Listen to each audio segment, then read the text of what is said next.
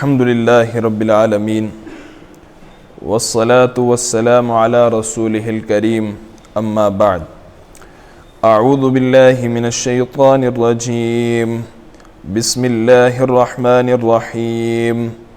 إذا زلزلت الأرض زلزالها وأخرجت الأرض أثقالها وقال الإنسان ما لها يومئذ تحدث أخبارها بأن ربك أوحى لها يومئذ يصدر الناس أشتاتا ليروا أعمالهم فمن يعمل مثقال ذرة خيرا يره ومن يعمل مثقال ذرة شرا يره صدق اللہ العظیم۔ محترم بزرگوں اور ایمانی بھائیوں، یہ جو سورہ مبارکہ میں نے تلاوت کی اس کا نام ہے سورۃ الزلزال۔ سورۃ الزلزال اس کا نام اس لیے کہ اس کی پہلی آیت کے اندر ایک لفظ آیا ہے زلزالہا، اسی سے زلزال سے اس کا نام سورۃ الزلزال رکھا گیا۔ یہ سورہ مبارکہ بھی اس کے اندر بھی اللہ رب العزت نے قیامت کے بارے میں بیان فرمایا ہے اور قیامت کے بعد جو پیش آنے والے حالات ہیں ان کے بارے میں بیان فرمایا ہے۔ اس سورہ مبارکہ میں پہلی آیت میں اللہ تعالیٰ فرماتے ہیں اذا زلزلت الارض زلزالہا، جب زمین کو ہلا دیا جائے گا زبردست طریقے سے۔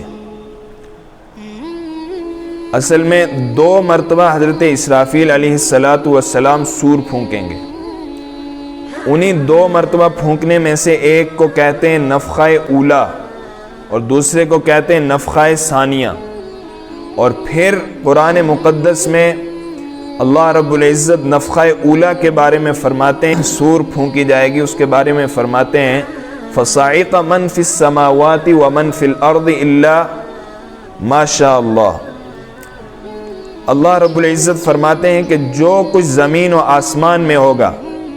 جب پہلی مرتبہ پھونکا جائے گا اس وقت سب کے سب بے ہوش ہو جائیں گے۔ اسی کو نفخہ صاعق بھی کہتے ہیں، یعنی بے ہوشگی کا نفخہ۔ یہ جب پھونکا جائے گا یہ اس وقت پھونکا جائے گا جب قیامت کی ابتدا ہوگی، گویا یہ قیامت کا پہلا دن ہوگا اور یہ 10ویں محرم الحرام کا دن ہوگا اور جمعہ کا دن ہوگا۔ 10ویں محرم الحرام کی تاریخ اور جمعہ کا دن اور صبح کا وقت ہوگا کہ جس وقت یہ پہلا سور پھونکا جائے گا، جس پر تمام فرشتے جو آسمانوں کے ہیں اور اس زمین پر بسنے والے تمام جنات، انسان اور حیوانات جو بھی چیزیں ہیں یہ سب کی سب بے ہوش ہو جائیں گے اور پھر اسی بے ہوشگی کے اندر یہ مر جائیں گے اور یہ 40 سال تک ایسا ہی رہے گا۔ اسی وقت جب یہ نفخہ اولا ہوگا اس کے بعد ایک زلزلہ ہوگا اس زمین کے اوپر، تو اس زلزلے کی وجہ سے یہ جتنی بھی کائنات ہے یہ سب کی سب کائنات ٹوٹ پھوٹ کا شکار ہو جائے گی، جیسا کہ دوسری جگہوں پر اس کا بیان ہے۔ 40 سال کے بعد 40 سال کے عرصے میں سب بے ہوش رہیں گے اور مر جائیں گے۔ پھر 40 سال کے بعد دوبارہ سور پھونکا جائے گا، جس کے بارے میں اللہ تعالیٰ فرماتے ہیں ثم نفخ فیہ اخری فاذا هم قیام ینظرون، کہ جب دوسری مرتبہ سور پھونکا جائے گا تو سب کے سب کھڑے ہو جائیں گے، ینظرون، اور ادھر ادھر دیکھنے لگ جائیں گے، یعنی وہ حیران و پریشان ہو جائیں گے۔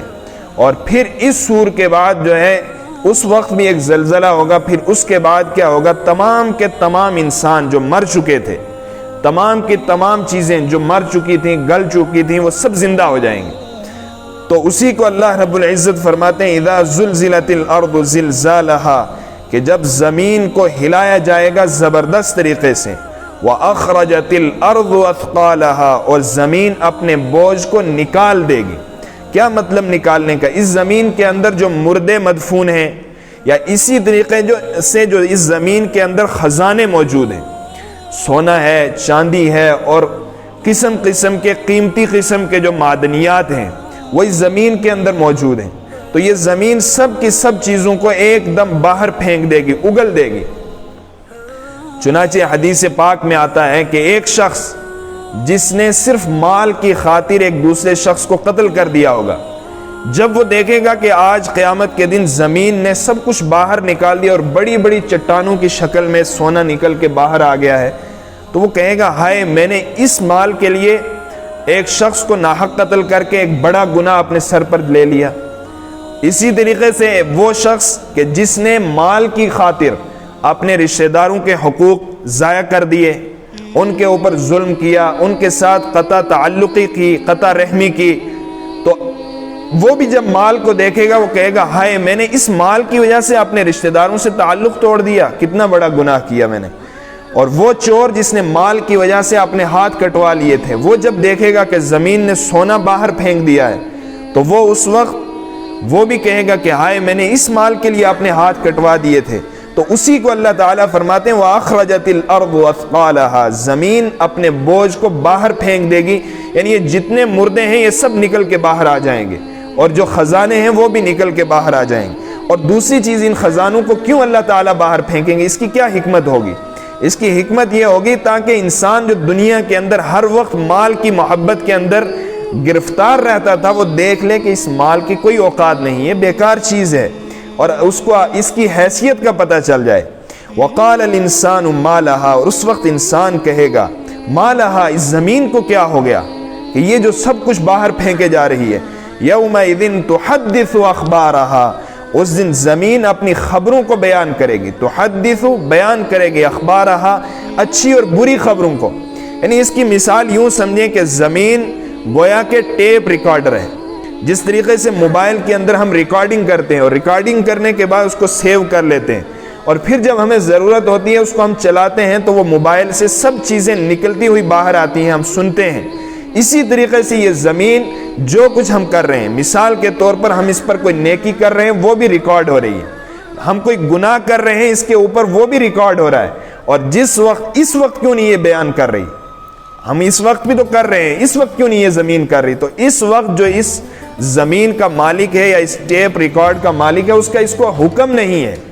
اس لیے یہ بیان نہیں کر رہی، اور اس وقت اس کو حکم ہو جائے گا تو یہ پھر بیان کرنا شروع کرے گی کہ اس نے یہ کیا تھا، اس نے یہ کیا تھا، اس نے فلاں جگہ پر اللہ کا ذکر کیا تھا، یا اس نے فلاں جگہ پر غلط کام کیا تھا، گناہ کا کام کیا تھا، سب بیان کرتی ہوئی چلی جائے گی۔ بِأَنَّ رَبَّكَ أَوْحَىٰ لَهَا، یہ بیان کرنا کیوں ہوگا، کس وجہ سے ہوگا؟ تو فرماتے ہیں اس وجہ سے کہ تیرے رب نے اس کو حکم کیا ہے، اشارہ کیا ہے، یعنی اس کو حکم کیا ہے۔ یومئذ یصدر الناس اشتاتا، اس دن لوگ متفرق ہو کر نکلیں گے، لیروا اعمالہم، تاکہ ان کو ان کے اعمال دکھا جائیں۔ متفرق ہو کر نکلنے کا کیا مطلب؟ کہ جب یہ میدان محشر کی طرف سب لوگ جائیں گے، حساب کتاب ہو جائے گا، اور پھر اللہ کی طرف سے فیصلہ ہو جائے گا کہ اب جو جنتی ہیں وہ جنت میں جائیں، جہنمی جہنم میں جائیں، تو اس وقت یہ جو جنتی ہوں گے یہ الگ ہوں گے، جہنمی الگ ہوں گے، اور الگ الگ ان کو بھیجا جائے گا۔ اور پھر جنتیوں میں بھی گریڈ ہوں گے، یعنی ہر ایک کا ایک ہی لیول سب کا نہیں ہوگا، کچھ جنتی اعلیٰ درجے کے ہوں گے، کچھ کم درجے کے ہوں گے، کچھ اس سے کم درجے کے، جیسے آفیسرز میں رہتا ہے کوئی 22 گریڈ کا ہے، کوئی 20 کا ہے، کوئی 18 کا ہے، کوئی 19 کا ہے۔ اسی طریقے سے جنتیوں میں بھی گریڈ ہوں گے کہ کوئی اعلیٰ درجے کا، تو ان کو اللہ تعالیٰ الگ الگ کر کے بھیجیں گے تاکہ سب پہچان لے کہ یہ الگ ہیں، یہ الگ ہیں، جہنمی الگ ہیں۔ کیوں ان کو بھیجا جائے گا، کیوں یہ نکلیں گے اس طرح؟ لیروا اعمالہم، تاکہ جو کچھ دنیا کے اندر کیا ہے، نیکی کی ہے اس کا بھی بدلہ دیکھ لیں نعمتوں کی شکل میں، برائی کی ہے اس کا بدلہ بھی دیکھ لیں عذاب کی شکل میں۔ لیروا اعمالہم، تاکہ ان کو ان کے اعمال دکھائے جائیں۔ فمن یعمل مثقال ذرۃ خیرا یرا، فمن یعمل، پس جو شخص کرے گا مثقال ذرہ، ذرہ برابر، خیرن، خیر کا کام، یرہ، وہ اس کو دیکھ لے گا۔ اب یہاں پر یہ ہے کہ خیر کا کام وہی وہاں پر دیکھے گا کہ جو شریعت کے مطابق ہو، یعنی ایمان کے ساتھ اگر خیر کا کام کیا ہوگا تو وہاں اس کا بدلہ دیکھے گا۔ اگر کوئی کافر ہے دنیا کے اندر نیکی کے کام کرتا رہا تو وہاں قیامت کے اندر اس کو اس کا ثواب نہیں ملے گا، دنیا میں اس کا بدلہ اس کو دے دیا جائے گا۔ تو ایمان کے ساتھ کی جانے والی نیکی وہ ایمان والا وہاں دیکھے گا، اس کا بدلہ دیکھے گا۔ وَمَنْ يَعْمَلْ مِثْقَالَ ذَرَّةٍ شَرًّا يَرَى، اور جس شخص نے ذرہ برابر برائی کی ہوگی یراہو، وہ اس کو دیکھ لے گا. لیکن یہ اس وقت ہے کہ اگر برائی کے بعد اس نے توبہ نہیں کی، اگر توبہ کر لی تو حدیث میں آتا ہے جس شخص نے توبہ کر لی وہ ایسا ہے جیسا اس نے گناہ کیا ہی نہیں. تو اس لیے جس شخص نے دنیا کے اندر برائی سے توبہ کر لی تو اس کا گناہ وہاں سامنے نہیں آئے گا، وہ مٹ جائے گا. اور دوسری بات یہ کہ گناہوں سے بچتے رہنا چاہیے، اور نیکی چاہے چھوٹی ہو اس کو بھی کرنا چاہیے، کیونکہ قطرہ قطرہ دریا بن جاتا ہے اور کنکری کنکری مل کر پہاڑ بن جاتی ہے. اور اسی طریقے سے ایک چھوٹی سی آگ کی چنگاری وہ ایک گھاس کے بڑے ڈھیر کو جلا کر رکھ دیتی ہے. تو اسی طریقے سے چھوٹی چھوٹی نیکیاں بھی وہاں کام آئیں گی، اور چھوٹا سا گناہ بھی ہمارے نیکیوں کے ڈھیر کو جو ہے تباہ کر دے گا. اس لیے گناہوں سے بچنا چاہیے چاہے وہ چھوٹا سا بھی ہو، اور نیکیوں کو چھوڑنا نہیں چاہیے چاہے وہ چھوٹی سی بھی ہو. اللہ رب العزت عمل کرنے کی توفیق عطا فرمائے.